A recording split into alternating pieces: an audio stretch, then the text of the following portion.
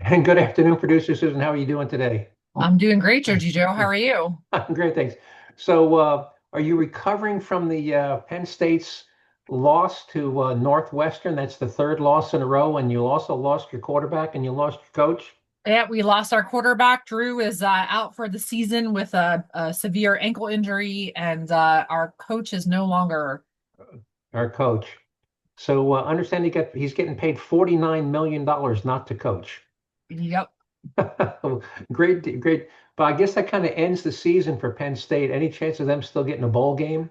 Uh, Probably not. So. At least not one of the. Certainly not one of the New Year Six. All right. And your quarterback, Drew Allard, is he a senior? Is he going to be back next I year? don't know if he's a senior this year or a junior. I think he has an extra year of eligibility, but I'm not 100% certain.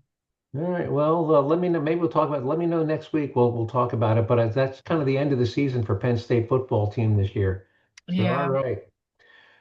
All right. Well, listen, today is the 14th of October. It's also day 12 of the government shutdown. And by some miracle, my wife and I are both still alive. And I'm surprised that you're still alive. Yeah. Any of your friends passed away because of the government shutdown? Nope, but I do have a friend who is not getting paid currently. Working for the government?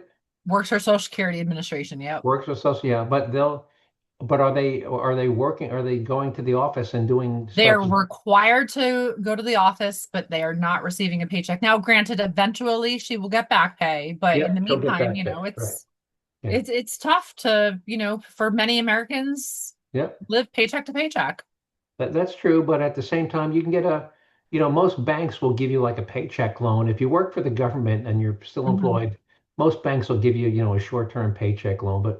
But I think the Democratic strategy is to keep the government shut down until people notice that it's shut down. Because right Well, now, I'll tell you one of the interesting things that did happen to her is that her and her husband were in the process of getting a mortgage, and the bank rescinded the mortgage until the government shut yeah, down. that It's stuff will back on happen. track. That Yeah. stuff will happen. All right. All right. Well, let's tell you what we're going to try to squeeze in. We only, unlike most weeks, we've only got two short video clips this week, so we won't be spending a lot of time doing video clips. I know we've overdone it in prior weeks. Stupidest thing we've heard all week.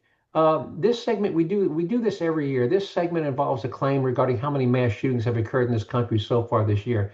Every year we get these ridiculous, stupid numbers about mass shootings and school shootings. Well, it's happening again, and we'll tell you what the most recent ridiculous claims are about mass shootings, and we'll tell you why they're ridiculous. This year's hurricane season is quickly coming to an end. The peak was back around September 15th. And we'll compare how many hurricanes actually developed this year versus what was being predicted back in May. And the difference is dramatic.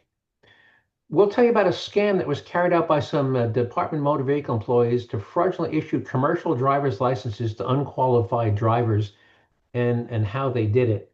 I mean, isn't that scary? I mean, these are the people that drive Yeah. semis and dump trucks and school buses. And it was a scam to get them unqualified people to get them commercial driver's licenses. Um, Remember last week we talked about the shooting, the mass shootings that took place in Eagle Pass, Texas, and then another one in Yes. Montgomery, Alabama, that got little to national news coverage. Remember Hmm. we talked about those two? Yep. Did you know this weekend there was another one in South Carolina? You didn't hear about it on the No, news, I did did you? not hear about that. So this is going to be 3 weeks in a row, three quote mass shootings that got no coverage. And so we're going to tell you about the third one, and we'll tell you why you didn't hear about it. We're going to play one of our two video clips. We have a clip of promises being made by New York City mayoral candidate Zoran Manami. And the question I'm going to ask is, how is he going to pay for the costs associated with all of the promises he's making? We have a quick comparison of communism versus capitalism. We'll compare the per capita, you know what GDP is, right? Gross Yeah, domestic gross product domestic product. Yeah. of North Korea versus South Korea today versus what those figures were 50 years ago. Mhm. Um, this is one you sent me. We'll tell you where the deadliest passenger train line in the United States operates and Hmm. what are some of the things that make it so deadly. We might ask you to kind of chime in on that.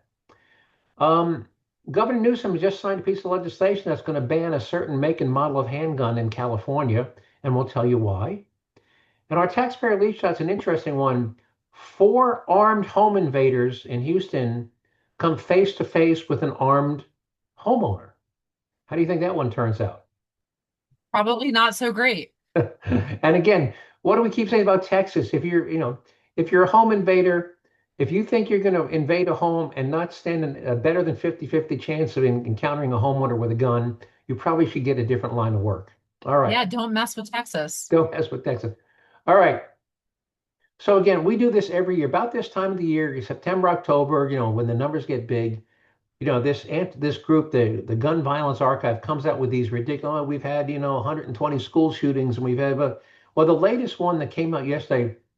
Um, they're claiming that we've had 340 mass shootings in this country so far this year. And if that claim was accurate, that would be more than one per day. Did you hear about 7 mass shootings last week? No, I did not. Did you hear about 4 mass shootings last I, week? I don't think I heard about any mass shootings last week. Okay. Well, so why this disparity between what they're claiming and what you hear about on the news? Now, a couple of weeks ago in Michigan, a guy drove his truck into the front of a church and got out and started shooting people. You heard about that one, right? Yes. And a couple of months ago, when a guy walked into the NFL headquarters in New York City and started shooting people, you heard Oh, about that one, yes. right? Absolutely. Yeah. That Okay. was a big one. Well, those were true when the ordinary person hears the term mass shooting, they think of an event which is very close to how the government defines. And the government defines a mass shooting as an incident where 4 or more victims, not including the shooter, are Mhm. killed at random by a single shooter in a public place. So one gunman just decides to go to a public place and starts shooting people at random and kills 4 or more. That's pretty much what people think of when they hear the term mass shooting, right? Yep. Now, if two groups of gangbangers on a Saturday night in Chicago start taking pot shots at each other, and when the smoke clears, nobody died, and 4 of them wind up, and you got multiple shooters, and 4 of them from opposing gangs wind up in the ER being traded for minor gunshot wounds. Do you think the typical American considers that a gun? I don't. No, and I don't think most Americans would consider gang violence to be, quote, a mass shooting because it doesn't fit the definition. Because number one, you had multiple shooters, not a single shooter, and the victims weren't random. These gangbangers knew who they were shooting at. They were shooting at each other. You're a member of that gang A, and I'm a member of gang B. We know each other, and I'm going to shoot you because I don't like the gang you belong to. Victims are not random. So, um, if we count, I actually you can actually download the data from the gun violence archive. You can download it into an Excel spreadsheet. So I downloaded that and then I sorted it. You can sort it by, the number of kills. You know how to sort an Excel spreadsheet, Yeah, right? of course. Yeah. Okay. Well, so I sorted the Excel spreadsheet, and out of those 340, there were only 11 where uh, 4 more people. I don't even want to call them victim because if you're a gangbanger getting shot by another gangbanger, you're not really a victim. You're hmm anyway. The figure drops to just three. Now, and by the way, here's one more. If a father, kills his wife and 2 kids, or wife and 3 kids in the house, it's tragic, but it wasn't at random and it wasn't in a public place. So we do have a couple of those where, it's domestic violence. But if we look at 4 more victims killed at random by a single shooter in a public place, the number is just 3. It's not 340. Let me tell you how ridiculous. Um, when I sorted out of that 340 instances, do you know that how many had 0 fatalities? You want to take a guess? I'm going to say at least half of them probably had zero. Yep, 154, nobody died. And in another 107, there was only a single fatality, and that single fatality was not necessarily a victim, it was another gunman. So my question is this: so if nobody got killed and just 4 people wound up going to ER, is that a mass shooting? Well, clearly the answer is no. So when you hear that ridiculous figure, the actual number so far this year is three. And even if you count gangbangers and domestic violence, it's just 12. Okay. Um, so that's how ridiculous that number is. And every year we have to do this because every year they come out with this. And what annoys me is the Gun Violence Archive sends out this press release to every TV station, network news station, and these people just read it and report it. They don't dig into it. Wow, look at this, 340 mass shootings. Well, it does it bother you that these news stations just repeat this drivel? Yeah, it's really misleading to the American people that these, although technically these are like the facts, that the facts themselves are being misrepresented. Yeah, it's not, no, we have not had 340 mass shootings. Um, we've had three, if you use the government definition. If you want to count those Hmm. with four or more, it's only been 10. So a few minutes ago, I asked you if you heard about the other quote, mass shooting this weekend. And I use that term loosely because if we use their definition of a mass shooting, we had a deadly shooting incident that the national news media didn't think you needed to hear about. So last week we told you about the shooting rampage that took place outside the casino in Eagle Pass, Texas, 3 weeks Hmm. ago. And that was a black guy with a gun. He lost some money, went outside of his car and got his gun and started shooting at people. Media didn't cover it, even though he killed four people. Then last weekend, not this past weekend, but 8 days ago, Montgomery, Alabama, two groups of gangbangers started shooting at each other. There was a waiting line of people waiting to get into an African American nightclub in Montgomery, Alabama. Um, Four people got killed there. Media didn't elected not to cover that one either. Why not? It was a mass shooting, right? Yeah, Right. yeah. Well, this past weekend, there was another very similar incident that took place on St. Helena Island, South Carolina, leaving four dead and 20 wounded. Now, St. Helena Island is the home of the nation's largest. You ever heard the term Gula population? Gullah, Gula? No, no. Well, Gulas are people living on the island who can trace their ancestry back to enslaved West Africans who once worked on rice plantations in the area before it was being freed by the Civil War. So it's an enclave, if you will. It's the nation's largest Gula population, and these people can all trace their heritage back to West Africa, and their ancestors worked on the rice plantations. But the media chose not to cover that incident, even though it was a major incident, four dead and 20 wounded. That was a huge, that was a huge shoot 'em up. People, multiple shooters shooting at each other.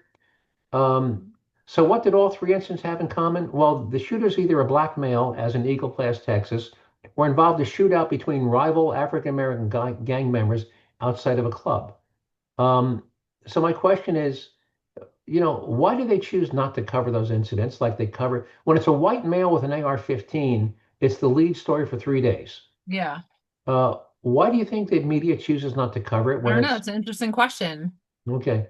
Folks, listeners, if you have any opinions why the media chooses not to cover these, again, I think four dead and 20 wounded should be a major news story. Why doesn't the media cover it? If you have any thoughts, please let me know at jerseyjoe.com. All right, let's talk about CDL, commercial driver's license. Well, this is not the first. This is just one of several. But last week in Long Island, authorities uncovered a scam perpetrated by a DMP employee, a woman, and her sister that involved her sister dressing up as a man and wearing disguises such as fake beards and mustaches to take the commercial driver's license written test for CDL applicants who couldn't pass the test on their own. Some of them couldn't even read and speak English. So apparently, this woman could pass. She had taken the test and passed it. So they would charge these people between $1,500 and $3,000. And if they were a guy, this woman would put on a fake beard. She would put on a mustache. She would dress up and she would in clothes that would hide her bust. And she would take the commercial driver's license um, for these people who couldn't pass the test on their own. Um, they had a similar thing in Florida where they weren't even asking them to take the driver's test, the practical test. They were just issuing them the licenses. didn't even have to take the test. They just skipped the testing entirely. At least in Long Island, they were going through the motions of that they took a test, but they had somebody taking the test, like a college cheating scandal where somebody else takes the test for you. But can you imagine you have a black woman dressing up as a Hispanic male to take a test for Yeah, him? that's crazy. That's crazy. All right, let's talk about climate change. So back in May, we had the usual, oh, climate change, the hurricanes are going to get worse. So here is the prediction, the climate change driven prediction. NOAA, National Oceanic and Atmospheric, uh, uh, NO, what's the second A for? Oh, Administra, admin, administration. admin, National Oceanic and Atmospheric Administration Yeah. predicted that this hurricane season we would have between 13 and 19 named storms, with 3 to 5 of those storms becoming hurricanes. How many hurricanes have struck the United States this hurricane season? This season, I think only not I don't think we've had a single direct hit. We've just had a few like, like the storm New Jersey experienced this last wasn't even a hurricane. It was like a No, low it wasn't pressure even a named system. storm. Well, the answer to how many hurricanes have made landfall this year in the United States, the answer is zero. Yeah, I don't think we took a direct hit from anything. Yeah, you're right. Yeah. So, anyway, but even counting those that were formed out in the Atlantic and never made it here, there have been just 11 named storms, of which 4 became weak hurricanes, but none of those hit the United States. And that's a number that is well below the prediction that was made in May and well below the average for the past decade. In the past decade, um, we've been averaging 18 named storms per year. So my question is this: if climate change is real, shouldn't the number of named storms and hurricanes be increasing year after year instead of decreasing? Yeah, you would think, right? Yeah. So how do they explain away the fact that this has been one of the mildest years on record? Because by the way, with all the coal that China burns every year, the level of CO2 in the atmosphere has been increasing. Well, if we have more CO2 in the atmosphere this year than last year, then why are we having fewer named storms and hurricanes? Just a thought. Just a thought. All right. Uh, all right. Now we all know Mondami looks like he's going to be the mayor of New York. So here's somebody summarizing the cost of everything he's promising to do if elected mayor. Now listen to all these things, and the question is, how's he going to pay for this? Here we go. As the next mayor, by the time that I'm done being the mayor of this city, this will be a reality for each and every year. That's 8 years. I'm telling you, that's the limit. We're going to be pushing every single day. So Zoran Mamdani has been promising these things for a while, freezing the rent, free buses, free childcare. But this is the first time he's putting actual dollar figures behind these policy initiatives. And so here's how much the Mamdani campaign says you will save. On average, $1,750 per year in rent if they freeze the rent. $22,000 in childcare. Stop it. $22,000 a year in child care. City's going to have to pay for it because the child care workers are not going to work for free, right? Yes. And If childcare becomes free, and about $2,000 a year on bus fare. $2,000 per rider, and you've got millions of people ride the buses every day. So my question is, where's the money going to come from? Taxpayers. You mean the taxpayers that are going to flee the city? Well, first of all, he's going to have to raise taxes dramatically, and he said Yeah. he wants. And we talked last week. He wants to Mhm. tax billionaires out of existence, and that's an easy thing to do. You just raise the taxes, and they all wave bye-bye. And Yeah. if they all wave bye-bye, then who's going to pay the bill? Yeah, exactly. So anyway, Nothing is actually free. nothing is Somebody's free. paying for it somewhere, and most Correct. of the times that is the taxpayer. That most taxpayers, right? And the taxpayer money is fungible. People can pick up and go somewhere else. By the way, the last date I have is in 2021. 6,600 millionaires and billionaires renounced their U.S. citizenship and left the country, taking their wealth and the tax revenues they pay with them. Uh, so it's not something that can happen; it's something that has been happening. Mhm. All right, so let's kind of segue. Let's use that as a segue to the effect of socialism versus capitalism. So I'm going to go back to 1970. Back in 1970, this is GDP. This is GDP is the value of goods and services produced by a country divided by the population. So in 1970, the GDP of North Korea was $325 per person, and it was actually higher than South Korea, which was only $260 per person. Let's fast forward 53 years to 2023. That $325 per person in North Korea has grown to $640 per person, primarily through inflation. So 640, you want to take a guess what the GDP per person in South Korea is now grown to? Oh, pretty significant, I'm sure. Try 35,538. Yeah, because they're a capitalist country. They're producing washing machines, Samsung, Yeah. TVs, phones, washing machines, Kia, Hyundai. Uh, so again, so North Korea, $640 Hmm. US dollars per person. South Korea, $35,000 per person Hmm. GDP. Yeah. Again, the same soil, the same climate, the same ocean. Yeah, The only I mean, that's literally there's the difference between like, I don't know, New York and Pennsylvania. I mean, they're small countries that about the size of a US state. Yeah. They're both about the size of a state. And again, 604. So let's see, 10% would be 3,500. So there are two. So the GDP in North Korea is 2% of the GPD Hmm. per person in South Korea. And again, the only thing different is the form of government and economic system. So it's $640 versus $35,000. Hmm. All right. So where is the deadliest train line in the deadliest passenger train line in the United States? You know the answer to this. Where is it? Yes, it's in Florida. It's the high-speed train between Orlando and Miami. Right. And it's the deadliest high-speed train in the United States. So what makes it so deadly? You know the answer. Yeah, because people are stupid. People are stupid. That's Uh, what it basically this is Darwinism at its finest. right. Well, Darwinism, and I also read that in the story you sent me that 42% of the people get killed are ruled as suicides.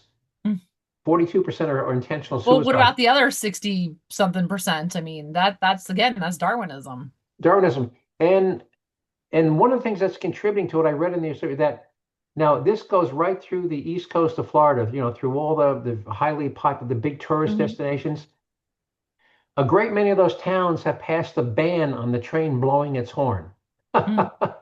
Well, if, and of course, in the middle of town is where you're going to have the most crossings, right? Of course, yes. I mean, yeah, in the center of town, that's where people are going to be crossing the tracks. And most of those towns have banned the blowing of the horn. So between the suicides and stupid people not looking both ways and towns banning the blowing of the horn, so it's not the fault of the railroad, it's the fault of stupid people and the town saying you can't blow your horn when you come through town. Well, no, having watched that news story, the bigger problem is that when those gates go down, people think those gates don't apply to them, and Yeah, they and they try to drive through the gates, and guess what? They miscalculate. Oh, I can make it across the gate, no problem.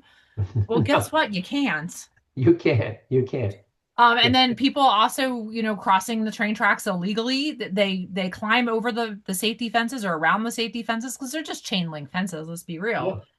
But to climb over a fence to keep you off a train track, that's, Yeah. you're the winner of a Darwin Award. You And climb I'm over. curious too about the horn blowing. So, you live in New Jersey, which especially the Northeast corridor of New Jersey is a very populated New Jersey transit to people commuting to the city every day.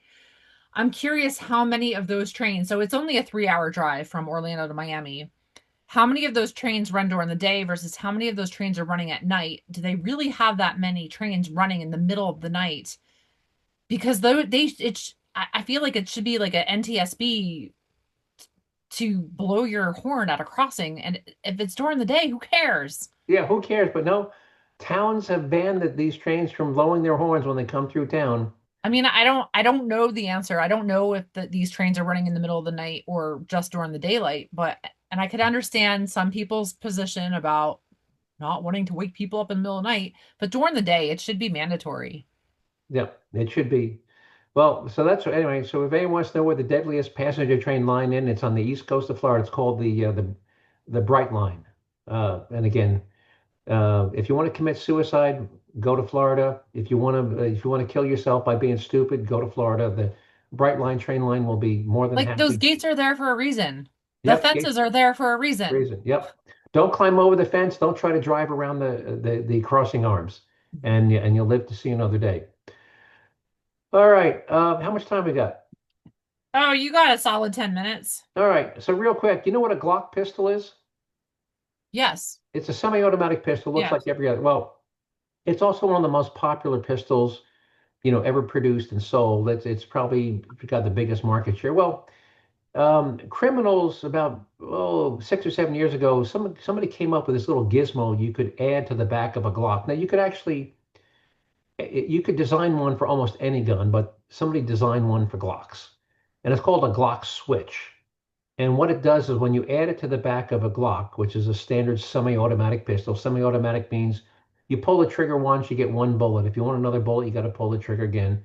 Well, the Glock switch keeps the gun firing, so it turns a semi-automatic pistol into a fully automatic pistol, or if you will, a machine pistol, like a machine gun. Well, Governor Newsom in Florida, in California, has signed a law that effective July 1 of next year, he's going to ban the sale of Glocks in that state because criminals can illegally modify them to make them fire in fully automatic mode. Now, um, And I'm sure those criminals bought those Glocks legally. yes, What a and stupid law. stupid law. And of course, if they can't get Glocks, somebody else will just come up with a similar device for SIGs and Colts and everybody. It's And when not I a say problem. stupid law, I just want to clarify that again. It's because the criminals didn't buy them legally to begin with in the first Right, place. right. The So criminals what didn't makes buy the him guns think that this legally. law is Right, going to prevent this? right. The criminals didn't buy the guns legally, and what they're doing is already illegal. So your solution is to prevent people from legally buying legal guns, so that criminals won't illegally modify illegally obtained guns. That's your solution. All right.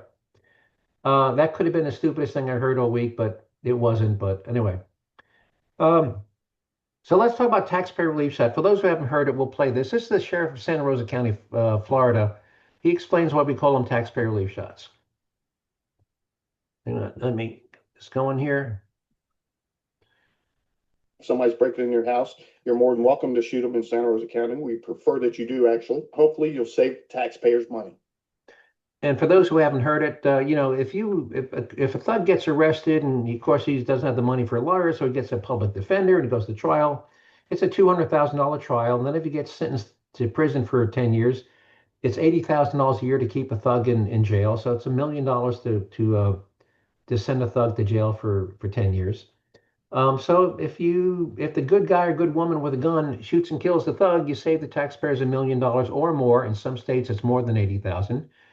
So here's this one from Houston, where four armed thugs decide to break into a guy's house, and here's what happens next. The breaking news we've been tracking all night. Police say four men shot after they forced their way into a home in East Houston.